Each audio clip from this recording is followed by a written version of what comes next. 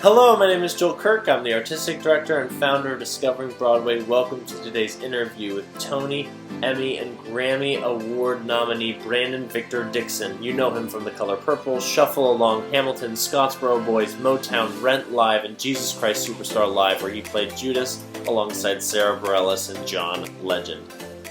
I'd love to start by talking about Shuffle Along, which is, to this day, probably my favorite theatrical experience. I was at opening night, and which is what is, of course, its own theatrical experience to anybody who gets to be an audience member at an opening night. But I'd love for you to talk about the process of developing that show and originating roles, because you've done that many, many times.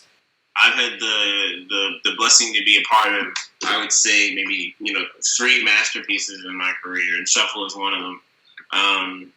But also just from the standpoint of like manifesting a creative piece of work, Shuffle really was the intersection of a lot of things for me.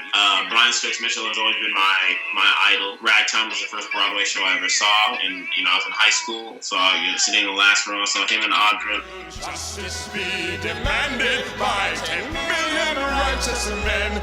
Make them hear you. When they hear you, I'll be near you.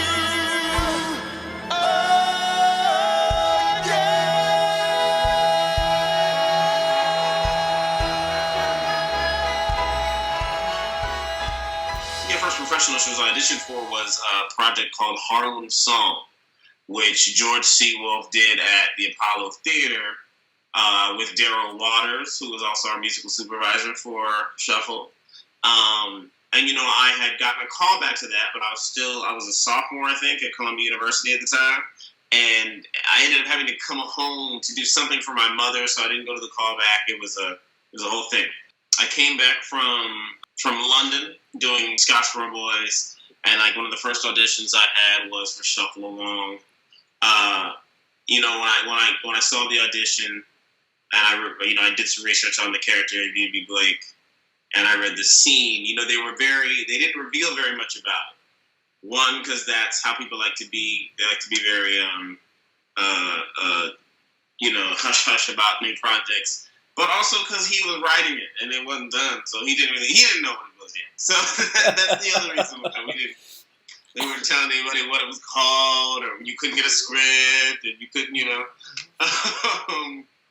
But there were these 2 scene fragments they gave me, and they were essentially the pieces of the scene that turned into Honeysuckle Time with myself and Audra at the piano, and I remember, it's interesting the evolution of one's thought process with respect to auditions as you go through your career. But I remember I had to call, and I was like, because I play. I'm not a pianist, but I can play. And I was like, you know what? I know if I go in there and I just do this audition, I know he's supposed to play. Then they're gonna I'm gonna do a callback and do a whole bunch of. Let me just learn how to play this thing down and just do the audition so I can be done with this thing. Let me just book. And I found it funny that was because I said that to myself and I was like, that's a very cavalier attitude. I'll tell you another funny thing. So when I got the offer. And my agent was like, okay, so look, you're like the last person to be cast. So, they're not really budging with the offer. They're kind of saying this is it. Your dressing room, they've already agreed on salaries. And I was like, I don't care. Like, it's not my fault that I'm the last person that called and tells them I want so-and-so. Then I'm not going to be unreasonable, but push it up to, and they go and they come back and they're like, we really understand, like, they really love you, they really want you, like, they really can, they're trying to, and I was like, I don't care. And she was like, no, I get it, it's just that, they offered Stokes and Audra, and I said, wait, who? And I said, they said, didn't you get our email where we told you who was cast? And I was like, no. She's like, it's Audra McDonald, Brian Stokes, and I was like, oh, my bad.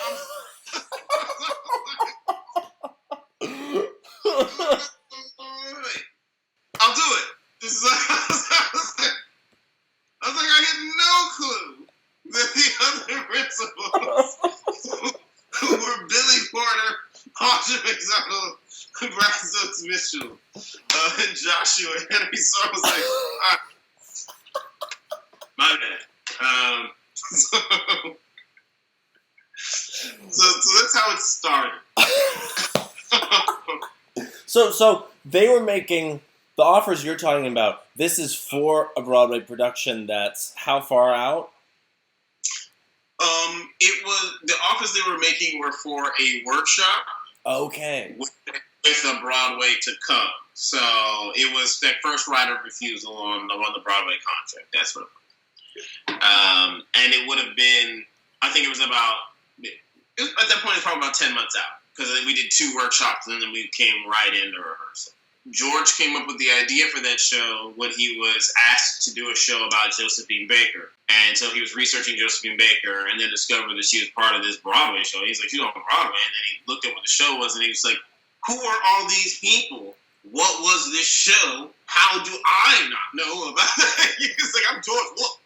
And so everything you saw was a creation from his brain. And I would go there during tech and watch him working with Jules and Peggy, our lighting designers, and with Santo Laquasto, and with Anne, our costume designer, and like really the creative team. They're really a collection of true masters at their work. The master lighting designers, they lit, Pippin, the original, and Anne has been doing costumes for everybody everywhere. Like Santo, these people are truly true geniuses, and for a group of them to come together on a piece that is both historic in terms of our creative history, but also in terms of Broadway and theater culture, to bring together people like Brian and Stokes and Adrian Lennox and myself and Emery and Billy Porter, and to tell this story in this way. I think what they managed to do was really brilliant, and just the process. George is a real genius, and the process of working with him and all of them on the project was really special.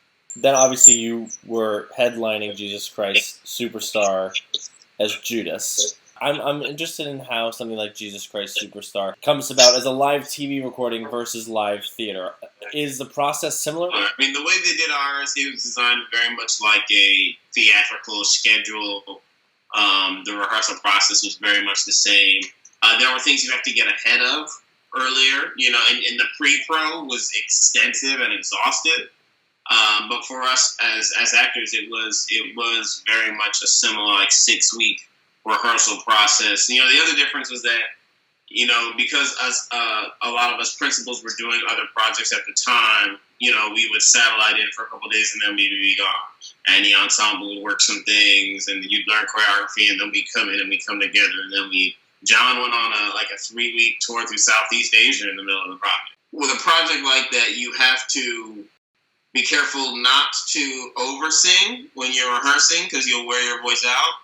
But you have to sing because you have to build the stamina to do it. So, right. It was very much a balance of calibrating those things. And then after you hit it once or twice and you're seeing where the things are, you shut it down and you learn the rest of the stuff. And then the next day you do it again. You do. But every day you have to do it because you can't just prepare yourself for the moment because then you might be anxious in the moment because you haven't done it enough. You know what I'm saying? Right. So you need to make sure you do it enough that when that moment comes, because yes, it is just like a live experience. I'm used to live experiences, but when you're doing a live stage experience, you're gonna do it a couple hundred times. Exactly. Right, this right, when right, you get one. Now, a couple of key things that people don't understand is that we do it in front of a live audience on Saturday, and so you tape it. It's the exact same thing, and they tape it just in case something goes wrong on Sunday. And so, and it's a delay. So if there's a curse word or a thing happens, you can switch to the other feed. Also, it's only the East Coast that gets the actual live performance. The West Coast gets a comped version of the previous night's performance and the live feed. Take that, West Coast. But you want to make sure you're comfortable enough to hit it that one good time. Right. So were you? When I discovered that we weren't going to get to do it again, I was like, I'm so glad I killed it But more than that, they also recorded this album, which has been listened to probably more times than the event was seen. You also want to nail it because of this Immortalization, which whereas you've done Broadway cast recordings, I mean, how long do those take? Versus, all right, you got one take on that. But the Broadway cast recording, because it costs a lot of money to record a Broadway cast out. So you have to record all 20, however many tracks that day. So you start in that morning. You hope that your songs with all the high-pitched things that you have to sing are later in the afternoon and the evening, You hope that you're healthy that day, but, you just do it. And then they mix and they master and they make it sound. The recording I was less worried about because I know that in post they're going to do a lot of things. It's in everybody's best interest to make everybody sound as good as possible. So there's a lot of forgiveness in post. It was really about that. Just really about that. All right, the cameras are going. This is it. Because it was one of your initial questions when you talked about when you originate a role and then understudies or other people might be told to do it. And so I was after I left MoTown for a while and they were casting the tour. They were Brian Harlan Brooks, the associate choreographer, was talking to me, and he was like, Brandon, I don't know. He's like, this song, because people are coming in here singing "Close the Door" and they're having a real hard time, and I was like, but why? And then he was describing one specific experience. He's like, so when you do that interval at the end when you're doing so and so, and I said, wait a second. I was like, why was he singing what I sang? He's like, because that's what's on the sheet music. And I was like, I didn't realize. I was like, they took the very unique to me specific riffs that I made, and they wrote, why would you write those into the song?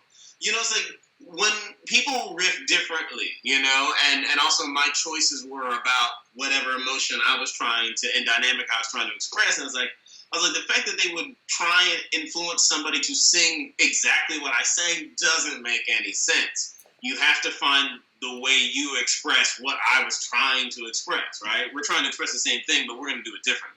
So for Brandon Victor Dixon's legacy, it's going to be giving everybody who has to follow that role a vocally very hard time. Well, I mean, yeah, apparently. But yeah, I was like the choices I made, they were at the height of my ambition. Do you remember the audition process for Color Purple? Yeah, I had recently gotten back from opening. Well, I spent a year doing the Chicago company's Lion King. Remember, I got the audition and I was very confused because I did not buy it. I was like, let me watch this movie again, and let me just try and okay. And I watched the movie and I sat there and I was just like. It was even before it ended. It was probably 30 minutes before the end. I was like, I'm gonna need at least 20 to 30 minutes of happiness to kick in. I'm like, that's why are we doing? I don't.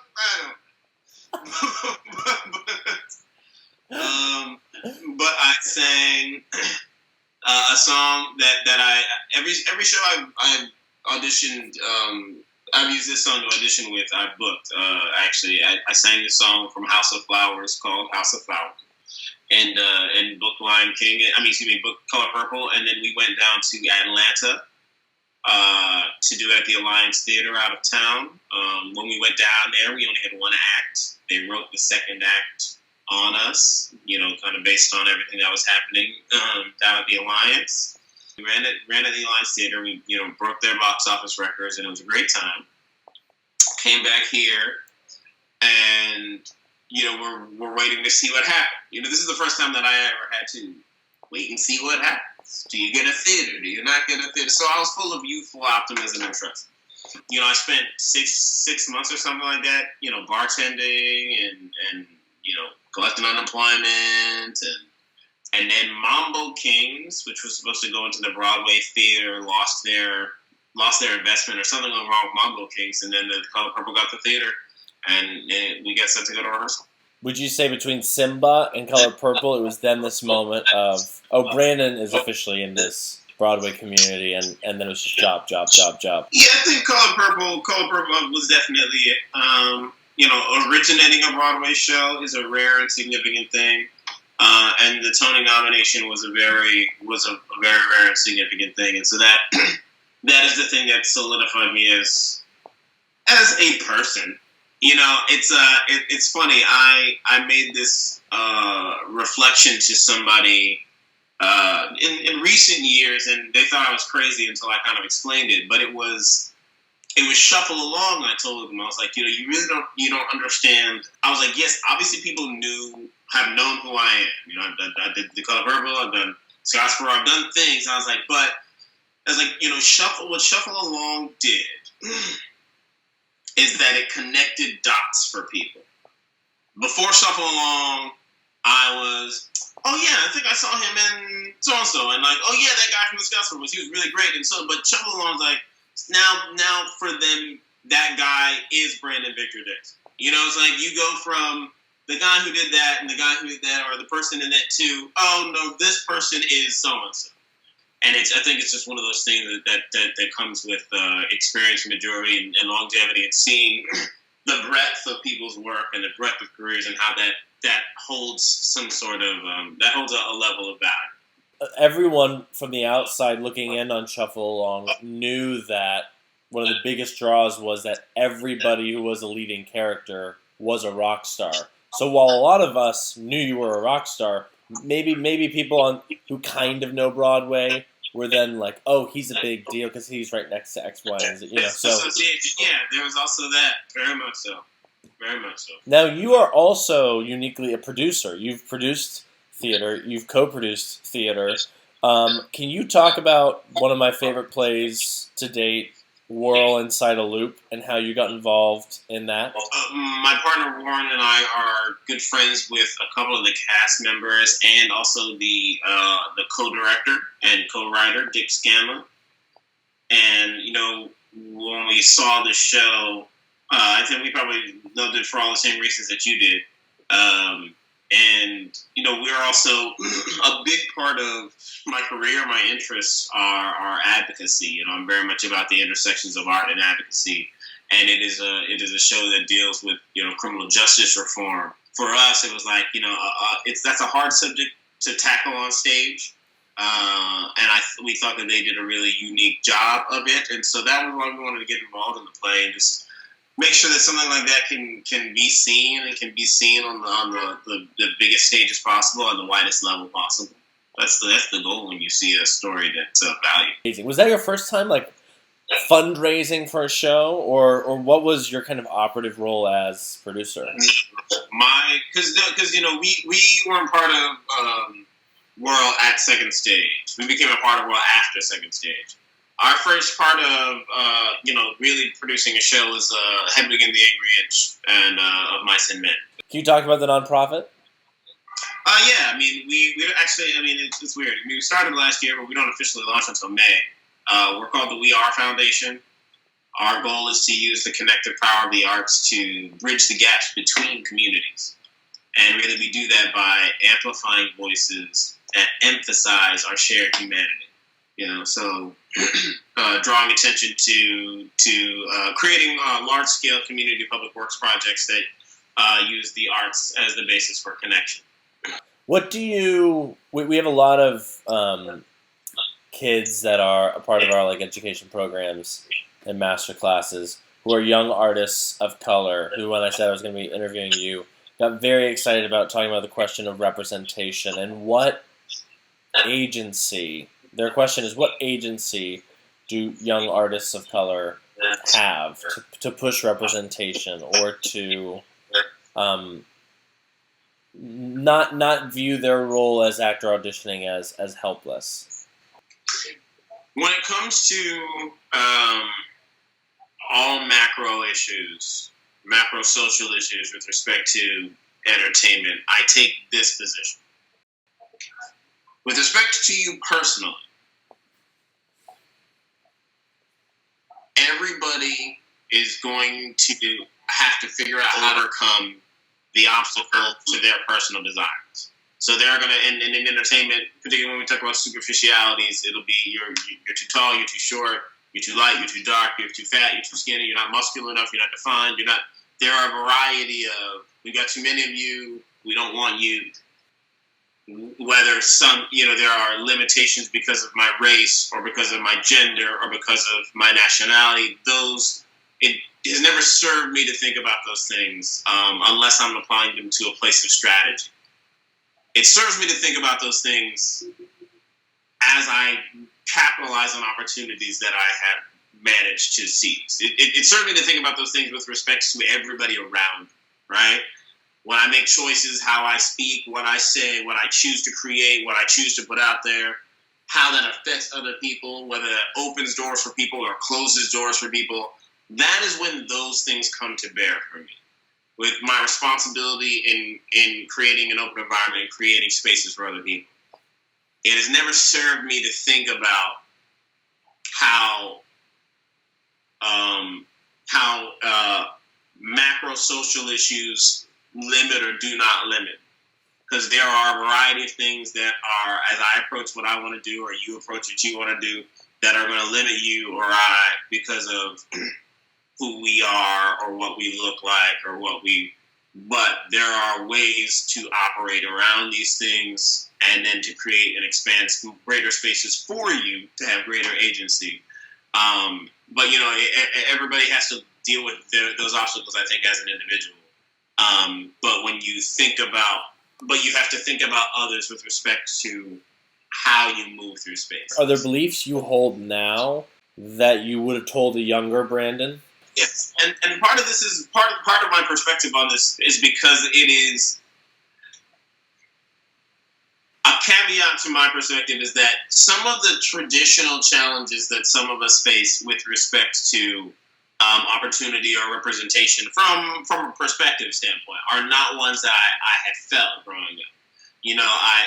And fortunately I was a part of environments that really did operate like a meritocracy. I mean, I did grow up in in predominantly like white suburban neighborhoods and schools, but those schools accordingly did kind of make true whatever you want to do and achieve here, you can do and you can achieve here.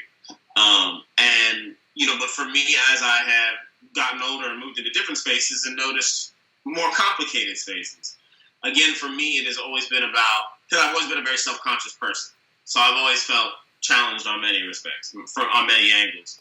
Every opportunity I've looked at or every experience I've looked at has just been from the standpoint of weighing my positives, my negatives, my options, how I can train and discipline myself to leverage my strengths to achieve that next thing. And so I have not thought about the broader elements of why I may or may not have an opportunity or why I may or may not have to start here versus here. But I think about those things with respect to how I deal with people, what things I choose to involve myself in, how I leave the spaces behind me. Like once I'm in a show, I don't stay in that show forever. I move on to a new experience to create space for somebody else to come in behind me. When I'm doing a project and there's an open forum and a discussion about how we create that project, how we bring more people into this space, I'm conscious of expanding the aperture of what we can see as far as what can come into that space and contribute to that process. But just growing up, I saw all of my limitations so personally that it became advantageous to navigate them that way. And when it comes to the broader social challenges that I face within the industry, I really try to think of them from the standpoint of how can I help and support those around me. And I don't think about it with respect to my specific journey. My specific journey becomes about my specific obstacles, strengths, challenges, and how I can make the best of those things, because we all have to navigate those things. So there's a theory that there are 4 motivators that will guide most decisions: price, people, place, and purpose. Price, how much you make or what is being made. People, who's around you, who you're under, who you're serving. Place, geography, New York, Chicago, suburb, city. and then purpose, the function and what it's doing and what it is in action and its effects. People order them, and you can learn a lot about how some people operate in their current career based on the order. So purpose, yeah. People, who are you doing it for? Absolutely. Yeah. So, but it's kind of dovetails with purpose. But yeah, so purpose, people. I'm always one of those people who are like, because money can facilitate a lot of things. Money can facilitate the place. It can't really facilitate the purpose or the people. But I go place money, because money is not value. Money is a currency exchange system. Right, and the whole idea, especially with gig economy people, is per job you could reorder them. That TV job I might not be dying to play this dead body. However, I will take the check. Yeah, you reorder those things all the time. I mean, I will. A lot of times you're doing things. A lot of times you're doing things for people. Like most of the time, it's that. I just did a job the other day that ended up requiring a lot more than I had intended to give. But because of the people, all was given. If you could leave one successfully communicated idea behind that people would grab on and accept. Yeah, it's like, you hear it all the time in many different ways, but it really is true. The only thing that matters is the exchange between us, is how we treat one another. And it's having grace with one another. I find that being an artist, what I learn more and more in trying to be in other people's skins and tell stories and hear stories, all it does is expand my knowledge of myself and other people's experiences. I'm able to see where other people are coming from. Proximity is how we learn from one another. That is how we grow. And you can have a feeling or an opinion on somebody or something that is based largely on skewed sound bites. Yeah. But when you look into the eyes of another person, of another living being, the resonance of your soul inside of another is undeniable. No matter your circumstance, no matter where you are, these are all costumes. These are all sets. The only thing that matters is the exchange between two people. Have grace and kindness with one another. Do you remember a performance, even recently, that inspired you? This is easy. Because I just did this concert. It wasn't a concert. I just did a production of Next to Normal at the Kennedy Center. And Rachel Bay Jones,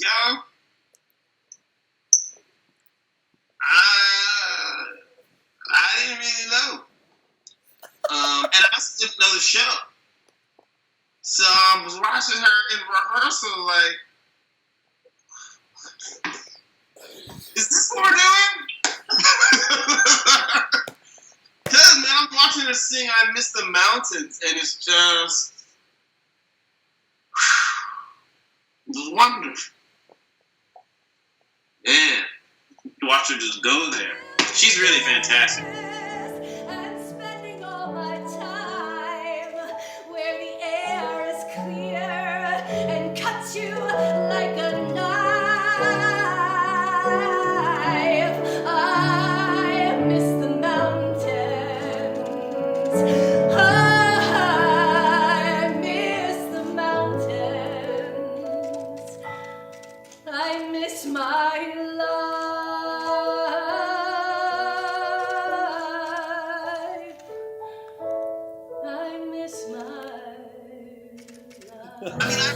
I'm really excited about the people I'm about to work with. Yeah, it's called Black No More. The new group is producing it. The book is being written by John Ridley, Oscar winner of 12 Years a Slave, and all the music and lyrics are by Black Thought, leader of the Roots. And it's based off of a political satire that was written in the 1930s by a social political journalist named George Schuyler. And it tells the fictional tale of a scientist who graduated from Howard University who researches the skin disease of vitiligo, which depigments the skin, and discovers how to accelerate the process so that he can turn any Negro into a form indistinguishable from any Caucasian. And so he opens a company called Black No More Incorporated. And he says, for a mere $50, I say to any Pullman porter, any charwoman, any shoeblack across this country, I can free you from the shackles and limitations of your race, and all your dreams can become true if you enter my Black No More device. You can step out into America and be freed from the obstacles of racism to achieve anything your heart desires. And then we follow the story of a young Harlemite who's down on his luck who decides to go through the process. What a story. One of these shows where you can exert your influence over stories and over this, which is why what you choose to do matters so much. Right. Things to share. I don't always know what I have to say, but I do have a lot to share, which is an interesting distinction. Thank you, Brandon, so much. It's a pleasure. It's fun.